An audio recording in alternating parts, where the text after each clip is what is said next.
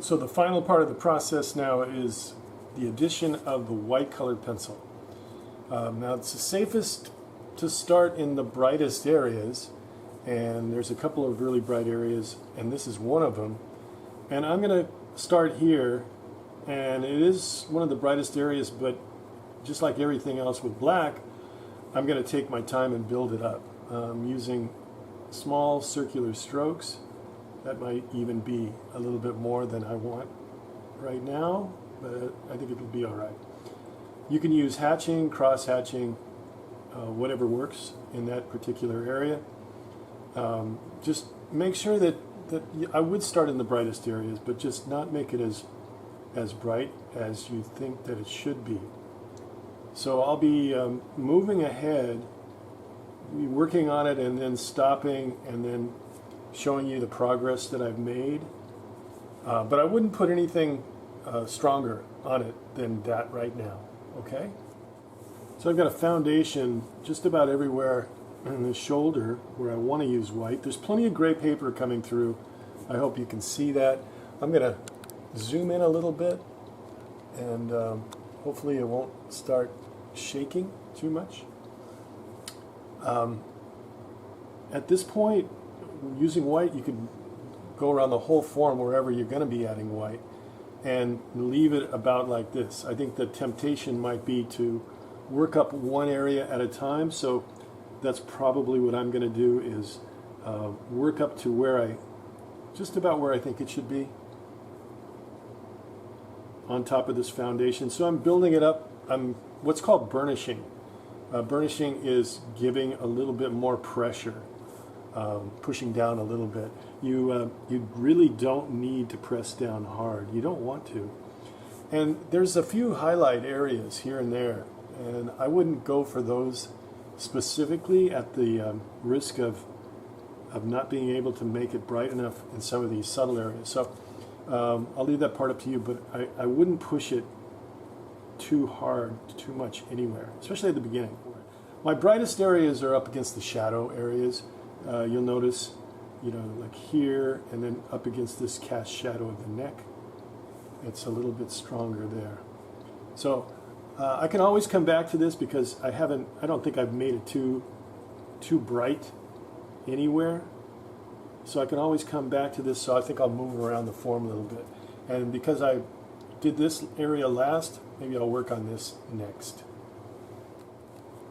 I added a little bit of white on the neck area, the neck cutaway, and then I came down into this chest cutaway, and I'm starting to work on this texture.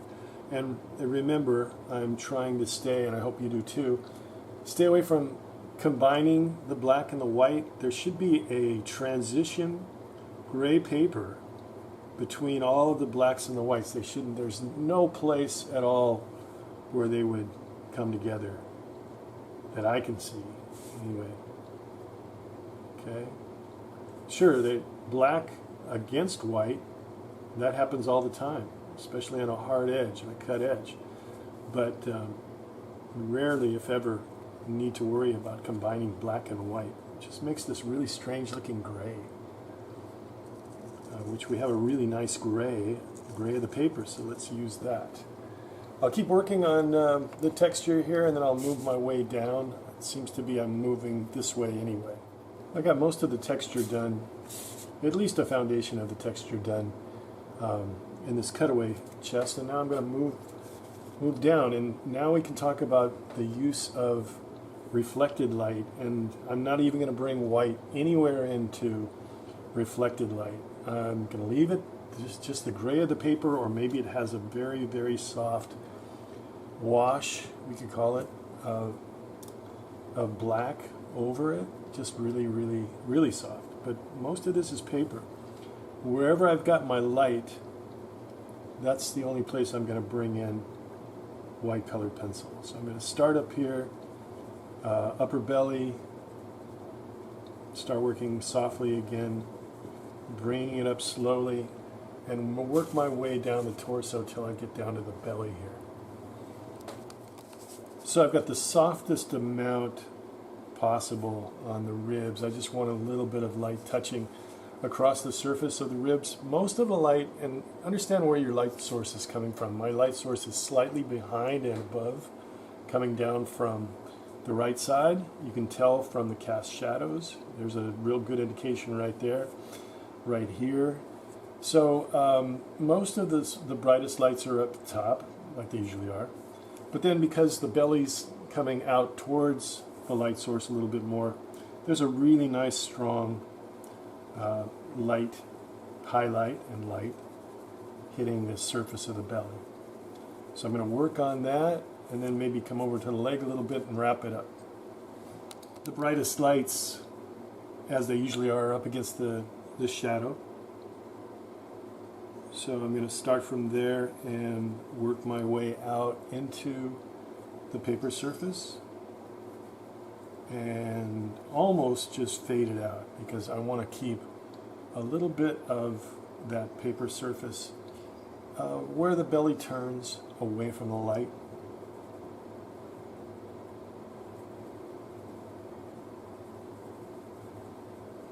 Still using small circular strokes, still building it up slowly as I go.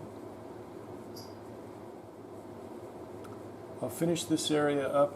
There's a little bit of a stronger light over here. I'll bring that up and then I'll work on this leg. And that'll be about it. And I want to be really subtle with the way that I use the white on the leg. I don't want to make it too strong. It's not the strongest light that's coming onto the form. So it's very subtle. So I'm just going to do some almost like light washes. I'm going to stay away from the black as much as I can because I've already got some black in there, a little bit of black. I don't want it to get waxy. So I'm just doing some hatching, just some contour hatching. So I want most of the action to be right here. That's about it. This is the best part. This is the part that pulls it all together. This is the fun part. This is what everybody wants to do. A lot of people want to do it first. I think you'll be happy if you were patient and you waited until now to do it. Okay. So altogether, I would say the white part on a statue like this would probably take about 2 hours, an hour and a half to 2 hours to do well. If you're doing planes of the head, you might do something a little bit, not really different, but I would start with the lightest, brightest planes. Let's say that you've gone through the planes of the head drawing and you've used the black and you've built up the black and you're careful with the black. And then you have nothing but gray facets, gray paper facets left over. Start with the brightest of those facets and then work your way down. And then, so don't make it as strong as you think it's going to be. Leave about 60% or so. But then look for other facets that are the same value and work on those all at the same time. That seems to work pretty well for people that are doing the planes of the head. So if you have any other questions, you can email me and ask me. We'll have a Zoom meeting coming up in a couple of days, so you can pick my brain about that too. Okay? Great. Hope this was helpful.